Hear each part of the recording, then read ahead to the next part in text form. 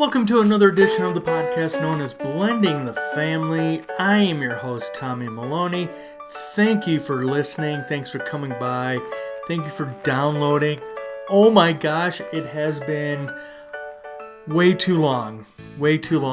I am so excited. I know I'm probably more excited. I'm probably coming off as really vocally loud, and that's because two things. Number one, I am recording this from the home office.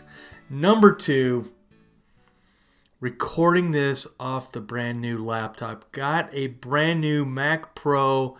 So excited.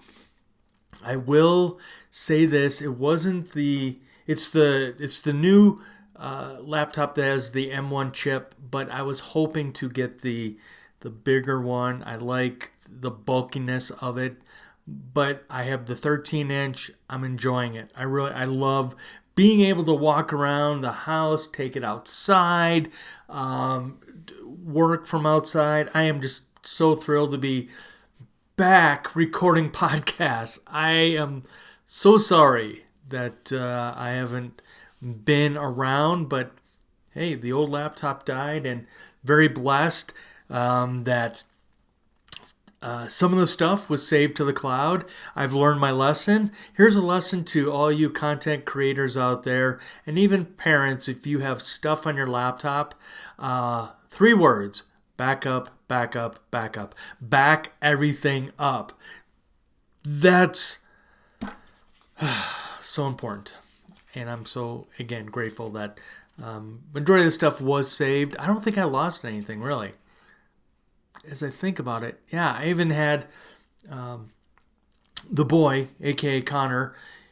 I had senior pictures on there, and I was panicking, going, I hope I didn't lose those. So anyway, today is Monday. Today is actually a new segment I want to try out. It's going to be called Mental Health Monday, and I'm going to get right into it.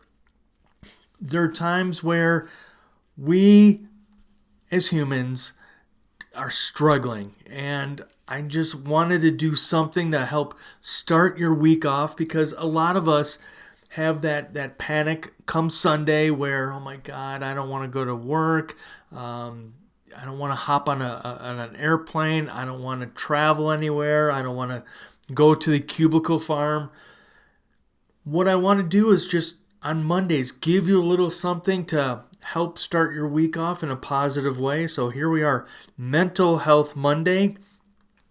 This episode I'm calling Renting Space in Your Head, okay? Renting space in your head.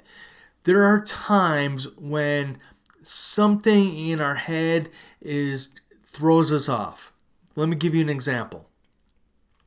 My former spouse, I was married for approximately 6 years, and there are times, even today, where as this came from my mom. For years, my mom would say, "Well, they're renting space in your head." What I've learned from that is that other person is still in control. They still have that power, and we need to let that power dissipate. Here's some things I've learned in the years since my divorce, and I hope this can help you. So in my situation, my former spouse is not my boss, okay? The scenarios in your head, it's not reality. And if you have heard my podcast before, I talk a lot about Stoicism. I'm reading, and I actually got the book right here, Ryan Holiday and Stephen Handelsman's The Daily Stoic. So each day I read Stoic philosophy. And the scenario, what's in your head is not reality. That comes from the Stoics. Here's something else I learned after my divorce. You can stand up for yourself without feeling belittled. So it's okay. It's okay to stand up and let that other person know, hey, that's not cool, okay? And finally, you have the power to say no. So when people are renting that space in your head, you have the power to say no. So what is that trigger? What happens when that person is renting space? What triggers it? Think about it. And when you think about it, here's ways to figure this out. My recommendation is journal. Just on a daily basis, just write your thoughts out. Sometimes you'll hear it called like a brain dump. When I'm working with clients, we do mind mapping.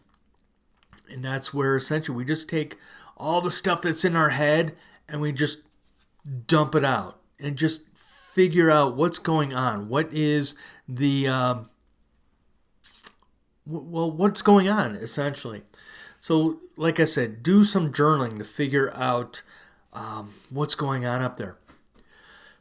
Possibly, it could be your circle of influence. Maybe there's something or someone in that group that keeps triggering the renting space in your head.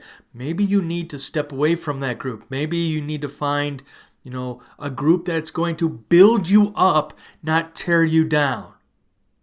That's important. You want to be around people that are going to build you up and not tear you down. Okay, so that's another way to think about why people are renting space in their heads, your head, my head. Maybe you're at a job right now that your supervisor, your manager, they're renting space in your head. This could be an opportunity to maybe not go, too drastic. And here's what I mean by that. Maybe you enjoy working at the company and it's just this one supervisor. So maybe look for something internal. Or maybe go the bigger route, the big picture route, and look for another job. And that another job, if you have the means, maybe that other job is in a different city. Maybe it's in another state. Maybe it's in another country. But when people are renting space in your head, this gives you the opportunity to take control of your life and possibly navigate somewhere else. Maybe as far as navigating somewhere else, maybe to combat it. If you're journaling already, maybe changing up your routine, maybe going to a different room, going to a park. Some of these things will help with your mental health. For me, what I need to do on a daily basis, I just talked about. I read the Daily Stoic every day. When I'm traveling and I'm feeling that, I hate my job, I really wish I could quit, I'll sit down with one of the journals. I carry journaling books with me. And I'll sit there and I'll write down why I'm grateful in that moment. Why am I grateful for that job? Why am I grateful for maybe where I'm at? Maybe I'm in a city that I had never been to. We look at too much of the negatives. We could have a great day, but maybe one little thing will throw you off. I'll give you an example there. My wife came home the other day.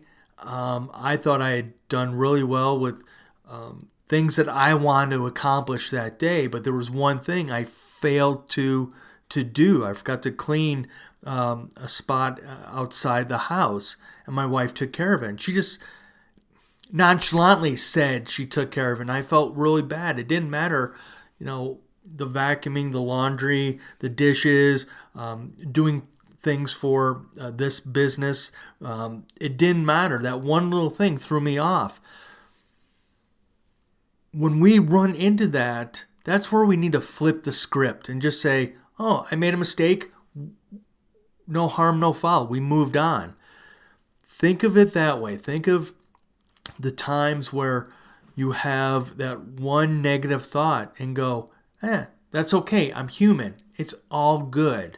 Okay? So let me just wrap it up with, again, letting you know what you can do to help alleviate when people are renting space. Number one, most importantly, is saying no. letting yourself realize that, hey, I'm not going to let this person rent space in my head any longer. Number 2, journal it out. Write it out. See what is going on in your mind. Number 3, what is triggering these moments when that person is renting space? And I really feel that if you take the journaling aspect and the triggering, you'll find out why. You'll figure it out, okay?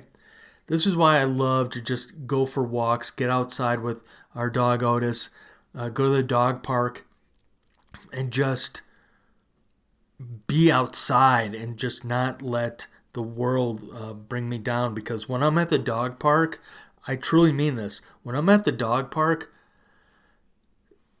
life is perfect. I get to hang out with dogs. I get to hang out with my dog Otis.